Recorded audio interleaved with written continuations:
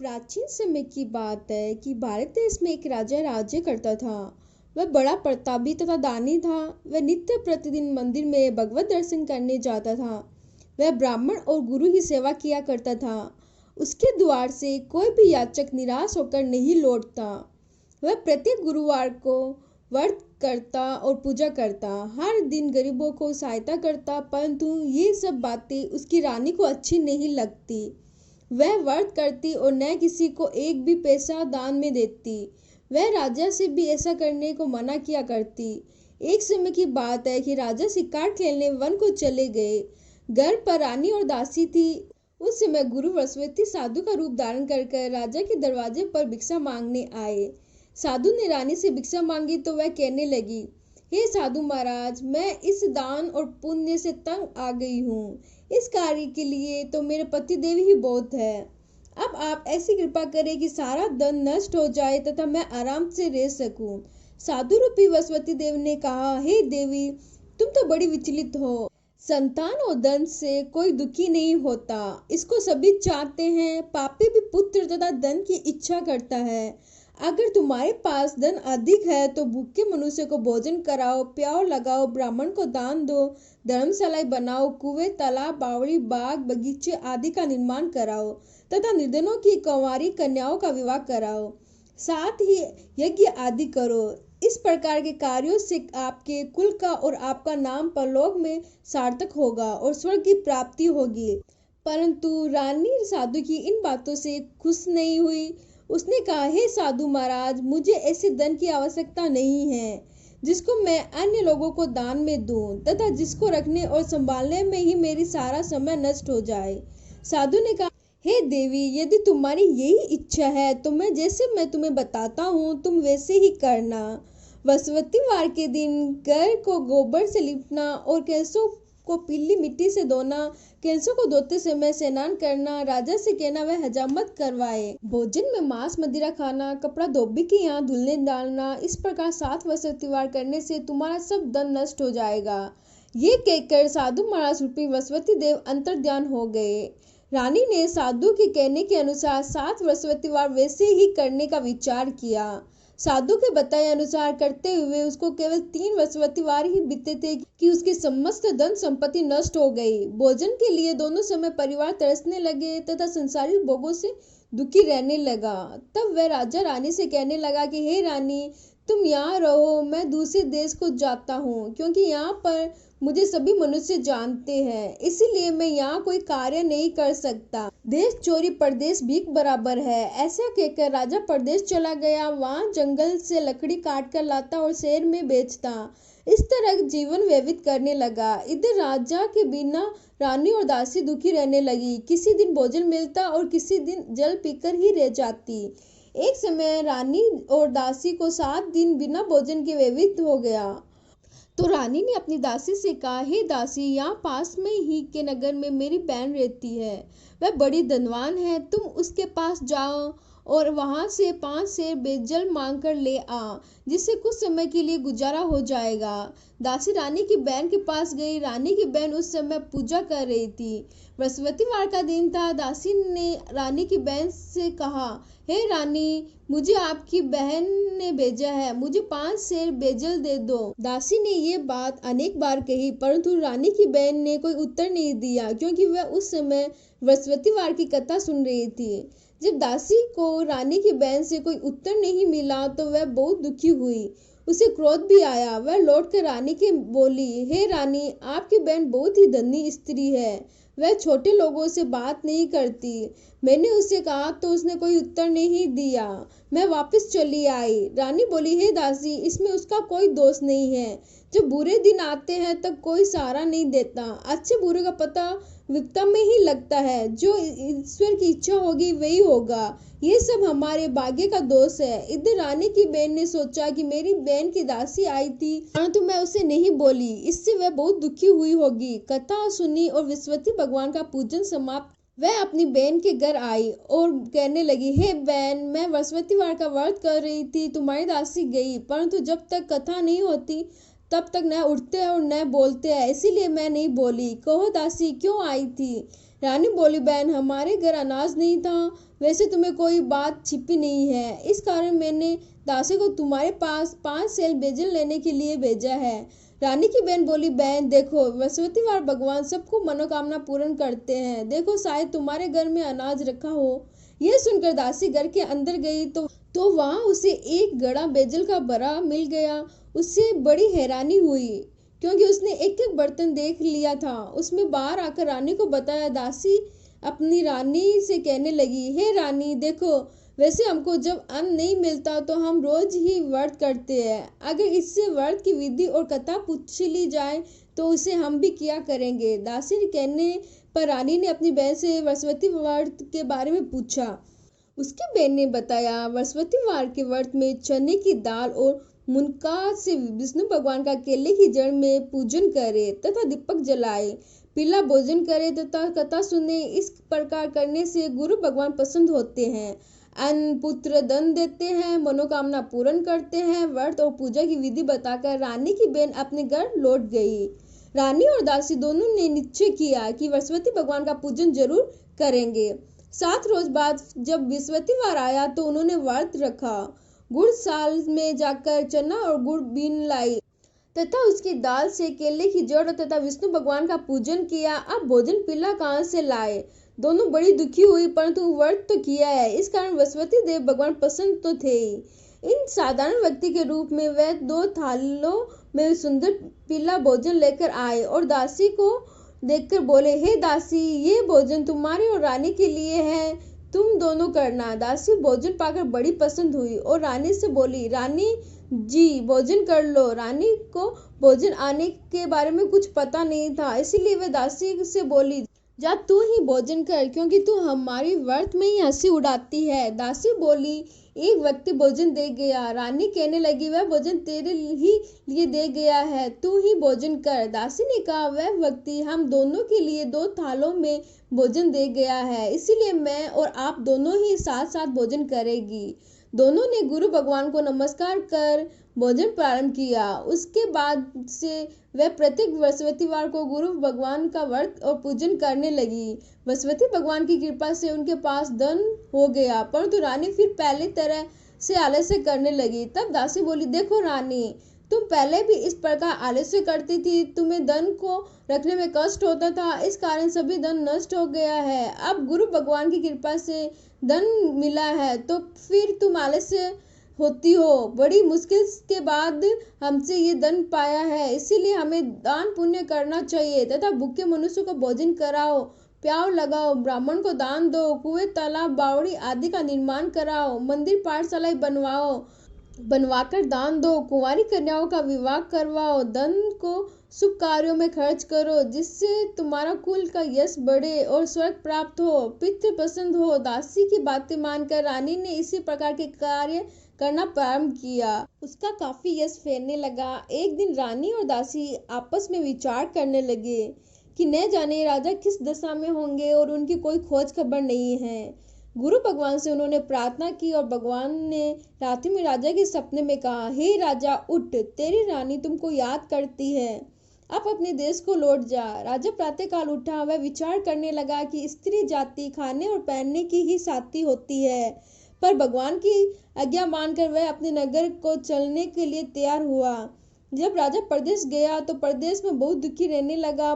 प्रतिदिन जंगल से लकड़ी बीनकर लाता और उसे शहर में बेचकर अपने दुखी जीवन को बड़ी कठिनाई से व्यतीत करता था।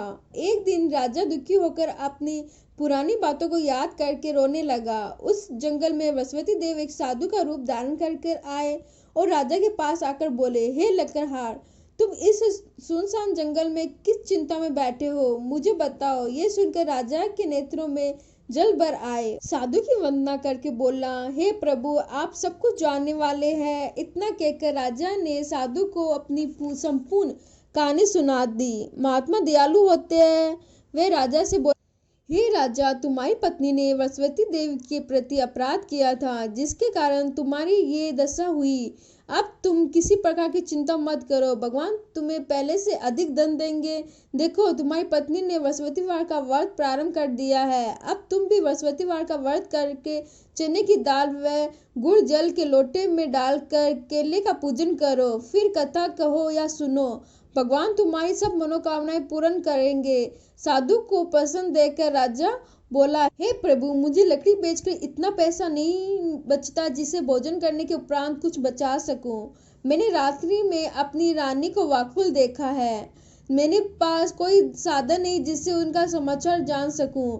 फिर मैं बृहस्पति देव की क्या कहानी कहूँ, या फिर मुझको कुछ मालूम ही नहीं है। साधु ने कहा, हे राजा, तुम किसी बात की चिंता मत करो। बृहस्पतिवार के दिन तुम रोज की तरह लकड़ियां लेकर शहर में जाओ। तुम्हें रोज से दुगना धन प्राप्त होगा, जिससे तुम बलि बांधी भोजन कर लोगे तथा बृहस्पति देव की पूजा का सामान भी आ जाएगा।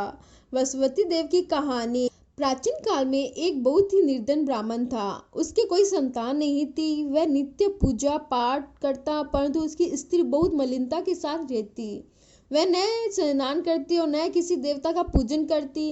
प्रातः काल उठते ही समय प्रथम भोजन करती, बाद में कोई अन्य कार्य करती। ब्राह्मण देवता बहुत दुखी रहते। पत्नी को बहुत समझाते किंतु उसका कोई परिणाम न निकला। भगवान की कृपा से ब्राह्मण की स्त्री के कन्या उत्पन्न हुई। वह कन्या अपने पिता के घर में बड़ी होने लगी। वह बालिका प्रातः स्नान कर भगवान विष्णु का जप करती, बृहस्पतिवार का व्रत भी करने लगी। पूजा पाठ समाप्त कर स्कूल जाती तो अपनी मुट्ठी में जौ भरकर ले जाती और पाठशाला जाने के मार्ग में डालती जाती, और वही जो स्वर्ण के हो जाते और लौटते समय उनको बीन कर घर ले आती। एक दिन वह बालिका सूप में उन सोने के जौ को फटक कर साफ कर रही थी। तभी उसकी माँ ने देख लिया और कहा, हे बेटी, सोने के जौ को फटकने के लिए सोने का सूप होना चाहिए।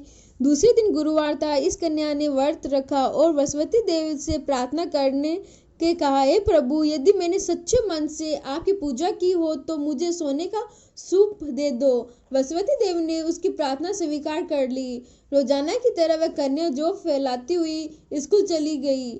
स्कूल से लौटकर जब वह जौ बीन रही थी तो बृहस्पति देव की कृपा से उसे सोने का सूप मिला। उसे वह घर ले आई और उसने जौ साफ करने लगी, परंतु उसकी माँ का वही ढंग रहा। एक दिन की बात है, वह कन्या सोने के सूप में जौ साफ कर रही थी। उस समय उस नगर का राजकुमार वहां से होकर निकला। इस कन्या के रूप और कार्य को देखकर वह उस कन्या पर मोहित हो गया। राजमहल आकर वह भोजन तथा जल त्याग कर उदास होकर लेट गया। राजा को जब राजकुमार द्वारा जल अन्न त्याग का समाचार ज्ञात हुआ तो अपने मंत्री के साथ वह अपने पुत्र के पास गए और बोले, हे बेटा, तुम्हें किस बात का कष्ट है? किसी ने अपमान किया है अथवा कोई और कारण है? मुझे बताओ, वही करूंगा जिससे तुम्हें प्रसन्नता हो। राजकुमार ने अपने पिता की बातें सुनी तो वह बोला, मुझे आपकी कृपा से किसी बात का दुख नहीं है। किसी ने मेरा अपमान नहीं किया है, परंतु मैं उस लड़की के साथ विवाह करना चाहता हूँ जो सोने के सूप में जौ साफ कर रही थी। ये बात सुनकर राजा आश्चर्य में पड़ गया और बोला, हे बेटा, इस तरह की कन्या का पता तुम ही लगाओ। मैं इसके साथ तुम्हारा विवाह अवश्य ही करवा दूंगा। राजकुमार ने राजा को उस लड़की के घर का पता बतलाया। मंत्री उस लड़की के घर गए और राजा का आदेश ब्राह्मण को सुनाया। कुछ ही दिन बाद ब्राह्मण की कन्या का विवाह राजकुमार के साथ संपन्न हो गया। कन्या के घर से जाते ही उस ब्राह्मण देवता के घर में पहले की भांति गरीबी का निवास हो गया। अब भोजन के लिए भी अन्न बड़ी मुश्किल से मिलता था। एक दिन दुखी होकर ब्राह्मण देवता अपनी पुत्री से मिलने गया। बेटी ने पिता का दुख अवस्था को देखकर और अपनी माँ का समाचार पूछा। ब्राह्मण ने सभी हाल कहा। कन्या बहुत सा धन देकर अपने पिता को विदा कर दिया। इस तरह ब्राह्मण का कुछ समय तो सुखपूर्वक व्यतीत हुआ, लेकिन कुछ दिन बाद फिर वही हाल हो गया। ब्राह्मण फिर अपनी कन्या के यहाँ गया और सभी हाल कहा। पुत्री बोली, हे पिताजी, आप माताजी को यहाँ लिवा आओ, मैं उन्हें वह विधि बता दूंगी जिससे गरीबी दूर हो जाएगी। ब्राह्मण देवता अपनी स्त्री के साथ लेकर राजमहल अपनी पुत्री के पास पहुंचे तो पुत्री अपनी माँ को समझाने लगी, हे माँ, तुम प्रातःकाल उठकर प्रथम स्नान आदि करके विष्णु भगवान का पूजन करो तो सब दरिद्रता दूर हो जाएगी। परंतु उसकी माँ ने उसकी एक बात नहीं मानी। वह प्रातःकाल उठकर अपनी पुत्री का बच्चा जूठा खा लेती थी। एक दिन उसकी पुत्री को बहुत गुस्सा आया। उसने एक रात कोठरी से सारा सामान निकाल दिया और अपनी माँ को उसमें बंद कर दिया। प्रातः उसमें से उसे निकाला और स्नान आदि करा के पूजा पाठ करवाया तो उसकी माँ की बुद्धि ठीक हो गई। इसके बाद वह नियम से पूजा पाठ करती और प्रत्येक बृहस्पतिवार को व्रत करने लगी। इस व्रत के प्रभाव से उसकी माँ भी बहुत धनवान तथा पुत्रवती हो गई। बृहस्पति देवता के प्रभाव से स्वर्ग को गई। वह ब्राह्मण भी सुखपूर्वक इस लोक का सुख भोग कर स्वर्ग को प्राप्त हुआ। इस तरह कहानी कहकर साधु देवता वहां से लोप हो गए। धीरे धीरे समय व्यतीत होने लगा, पर फिर बृहस्पतिवार का दिन आया। राजा जंगल से लकड़ी काट कर किसी शहर में बेचने गया। उसे उस दिन और दिनों से अधिक धन मिला। राजा ने चना, गुड़ आदि लाकर बृहस्पतिवार का व्रत किया। उस दिन से उसके सभी कलेश दूर हो गए। परंतु जब अगला गुरुवार का दिन आया तो वह बृहस्पतिवार का व्रत करना भूल गया। इस कारण बृहस्पति भगवान नाराज हो गए। उस दिन उस नगर के राजा ने विशाल यज्ञ का आयोजन किया तथा अपने समस्त राज्य में घोषणा करवा दी कि कोई भी मनुष्य अपने घर में भोजन न बनाए तथा आग भी न जलाए। समस्त लोग मेरे यहाँ भोजन करने आवे। इस आज्ञा को जो न मानेगा उसे फांसी की सजा दी जाएगी। राजा की आज्ञा अनुसार राज्य के सभी वासी राजा के भोज में शामिल हुए, लेकिन लकड़हार कुछ देर के बाद पहुंचा, इसीलिए राजा उसको अपने साथ महल में ले गया। जब राजा लकड़हार को भोजन करा रहे थे तभी तो रानी की दृष्टि उस खूंटी पर पड़ी जिस पर उसका हार लटका हुआ था। उसे हार खूंटी पर लटका दिखाई नहीं दिया। रानी को निश्चय हो गया कि मेरा हार इस लकड़हार ने ही चुराया है। उसी समय सैनिकों को बुलवाकर उसको जेल में डलवा दिया। जब लकड़हार जेल खाने में गया तो बहुत दुखी होकर विचार करने लगा कि न जाने कौन से पूर्व जन्म के कर्म से मुझे ये दुख प्राप्त हुआ है, और उसी साधु को याद करने लगा जो जंगल में मिला था। तत्काल बृहस्पति देव साधु के रूप में प्रकट हो गए और उसी दशा को देखकर कहने लगे, अरे मूर्ख, तूने बृहस्पति देवता की कथा नहीं कही, इसी कारण तुझे दुख प्राप्त हुआ है। अब चिंता मत कर, गुरुवार के दिन जेल खाने के दरवाजे पर 4 पैसे पड़े मिलेंगे। उनसे तुम बृहस्पति देव की पूजा करना तो तेरे सभी कष्ट दूर हो जाएंगे। अगले बृहस्पतिवार उसे जेल के द्वार पर 4 पैसे मिले।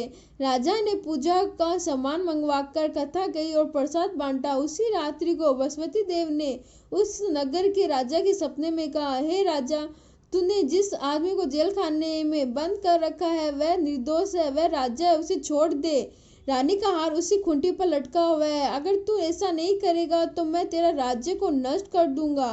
राजा प्रातःकाल उठा, खूंटी पर हार टंगा देखकर लकड़हार को बुलाकर क्षमा मांगी तथा राजा के योग्य सुंदर वस्त्र आभूषण पहनकर उसे विदा किया। गुरुदेव की आज्ञा अनुसार राजा अपने नगर को चल दिया। राजा जब नगर के निकट पहुंचा तो उसे बड़ा ही आश्चर्य हुआ। नगर में पहले से अधिक बाग, तालाब और कुएं तथा बहुत सी धर्मशालाएं, मंदिर आदि बने हुए थे। राजा ने पूछा कि ये किसका बाग और धर्मशाला है। तब नगर के सब लोग कहने लगे कि ये सब रानी और दासी द्वारा बनाए गए हैं। राजा को आश्चर्य हुआ और गुस्सा भी आया। जब रानी ने ये खबर सुनी कि राजा आ रहे हैं तो उसने अपनी दासी से कहा, हे दासी, देखो राजा हमको कितनी बुरी हालत में छोड़ गए थे। वह हमारी ऐसी हालत देखकर लौट न जाए, इसीलिए तू दरवाजे पर खड़ी हो जा। रानी की आज्ञा अनुसार दासी दरवाजे पर खड़ी हो गई। जब राजा आए तो उन्हें अपने साथ महल में लिवा लाई। तब राजा ने क्रोध करके अपनी तलवार निकाली और पूछने लगा, बताओ ये धन तुम्हें कैसे प्राप्त हुआ। तब रानी ने बताया, हमें ये सब धन बृहस्पति देव के व्रत के प्रभाव से प्राप्त हुआ है। राजा ने निश्चय किया कि 7 रोज बाद तो सभी बृहस्पति का पूजन करते हैं, परंतु मैं रोजाना दिन में 3 बार कथा कहा करूंगा तथा रोज व्रत किया करूंगा। अब हर समय राजा के दुपट्टे में चने की दाल बंधी रहती तथा दिन में 3 बार कथा कहता। एक रोज राजा ने विचार किया कि चलो अपनी बहन के यहाँ जाऊं। इस तरह का निश्चय कर राजा घोड़े पर सवार हो अपनी बहन के यहाँ चल दिया। मार्ग में उसके देखा कि कुछ आदमी एक मुर्दे को लिए जा रहे हैं। उन्हें रोककर राजा ने कहने लगा, अरे भाई, मेरी बृहस्पतिवार की कथा सुन लो। वह बोले, लो, हमारा तो यहाँ आदमी मर गया, इसको अपनी कथा की पड़ी है। परंतु कुछ आदमी बोले, अच्छा कहो, हम भी तुम्हारी कथा भी सुन लेंगे। राजा ने दाल निकाली और कथा कहानी शुरू कर दी। जब कथा आदि हुई तो मुर्दा हिलने लगा और कथा समाप्त हुई तो राम राम करके वह मुर्दा खड़ा हो गया। राजा आगे बढ़ा, उसे चलते चलते शाम हो गई। आगे मार्ग में उसे एक किसान खेत में हल चलाता मिला। राजा उससे बोला, अरे भाई, तुम मेरी वसवती वार की कथा सुन लो। किसान बोला, जब तक मैं तेरी कथा सुनूंगा तब तक 4 हैया जोत लूंगा। जहाँ अपनी कथा किसी और को सुनाओ। राजा आगे चलने लगा। राजा के हटते ही बैल पछाड़ खाकर गिर गया और किसान के पेट में बहुत जोर से दर्द होने लगा। उसी समय किसान की पत्नी रोटी लेकर आई। उसने जब ये देखा तो अपने पुत्र से सब हाल पूछा। बेटी ने सभी हाल बता दिया। बुढ़िया दौड़ी दौड़ी उस घुड़सवार के पास गई और उसने बोली, मैं तेरी कथा सुनूंगी, तू अपनी कथा मेरे खेत में ही चलकर कहना। राजा ने लौटकर बुढ़िया के खेत पर जाकर कथा कही, जिससे सुनते ही बैल खड़ा हो गया और तथा किसान के पेट का दर्द भी बंद हो गया। राजा अपनी बहन के घर पहुंच गया। बहन ने भाई की खूब मेहरबानी की। दूसरे रोज प्रातःकाल राजा जगा तो वह देखने लगा कि सब लोग भोजन कर रहे हैं। राजा ने अपनी बहन से जब पूछा, ऐसी कोई मनुष्य है जिसे भोजन नहीं किया है, जो मेरी बृहस्पति वार की कथा सुन ले? तो बहन बोली, हे भैया, ये देश ऐसा ही है। पहले यहाँ के लोग भोजन करते हैं, बाद में अन्य काम करते हैं। अगर पड़ोस में कोई हो तो देख आती हूँ। ऐसा कहकर बहन देखने चली गई, परंतु उसे कोई भी ऐसा व्यक्ति नहीं मिला जिससे भोजन न किया हो। वह एक कुम्हार के घर गई जिसका लड़का बीमार था। उसे मालूम हुआ कि उसके यहाँ 3 दिन से किसी ने भोजन नहीं किया।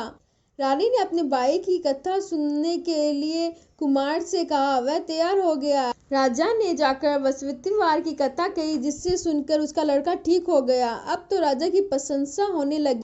एक दिन राजा ने अपनी बहन से कहा, हे बहन, मैं अपने घर जाऊंगा, तुम भी तैयार हो जाओ। राजा की बहन ने अपनी सास से अपने भाई के साथ जाने की आज्ञा मांगी। सास बोली, चली जा, परंतु अपने लड़कों को मत ले जाना, क्योंकि तेरे भाई की कोई संतान नहीं होती है। बहन ने अपने भाई से कहा, हे भैया, मैं तो चल लूंगी, परंतु कोई बालक नहीं जाएगा। राजा ने कहा, जब कोई बालक नहीं चलेगा तब तुम ही क्या करोगी? दुखी मन से राजा अपने नगर को लौट आया। राजा ने अपनी रानी से कहा, हम निर्वंशी हैं, हमारा मुंह देखने का कोई भी धर्म नहीं है। वह बिना भोजन आदि की शैया पर लेट गया। रानी बोली, हे प्रभु, बृहस्पति देव ने हमें सब कुछ दिया है, वह हमें संतान अवश्य देंगे। उसी रात बृहस्पति देव ने राजा को सपने में कहा, हे राजा, उठ, सभी सोच त्याग दे, तेरी रानी गर्भवती है। राजा को यह जानकर बड़ी खुशी हुई। 9वें महीने रानी के घर में एक सुंदर पुत्र पैदा हुआ। तब राजा बोला, हे रानी, स्त्री बिना भोजन के रह सकती है, पर बिना कहे नहीं रह सकती। जब मेरी बहन आए तुम इससे कुछ मत कहना। बट रानी ने हाँ कर दी। जब राजा की बहन ने ये शुभ समाचार सुना तो वह बहुत खुशी हुई और बधाई लेकर अपने भाई के यहाँ आई। तब भी रानी ने कहा, घोड़ा चढ़कर नहीं आई, गधा चढ़कर आई। राजा की बहन बोली, भैया, मैं इस प्रकार न कहती तो तुम्हें औलाद कैसे मिलती? बृहस्पति देव ऐसे ही है, जैसे जिसके मन में कामनाएं हैं सभी को पूर्ण करते हैं। जो सद्भावना पूर्वक बृहस्पति वार का व्रत करता है एवं कथा पढ़ता है अथवा सुनता है और दूसरों को सुनाता है, बृहस्पति देव उनकी सभी मनोकामनाएं पूर्ण करते हैं। बृहस्पति देव उनकी सदैव रक्षा करते हैं। जो संसार में सद्भावना से गुरुदेव का पूजन एवं व्रत सच्चे हृदय से करते हैं, उनकी सभी मनोकामना पूर्ण होती है। जैसे सच्ची भावना से रानी और राजा ने बृहस्पति देव की कथा का गुणगान किया, उनकी सभी इच्छाएं बृहस्पति देव ने पूर्ण की। इसीलिए सबको कथा सुनने के बाद प्रसाद लेकर जाना चाहिए। हृदय से उनका मनन करते हुए जयकारा बोलना चाहिए।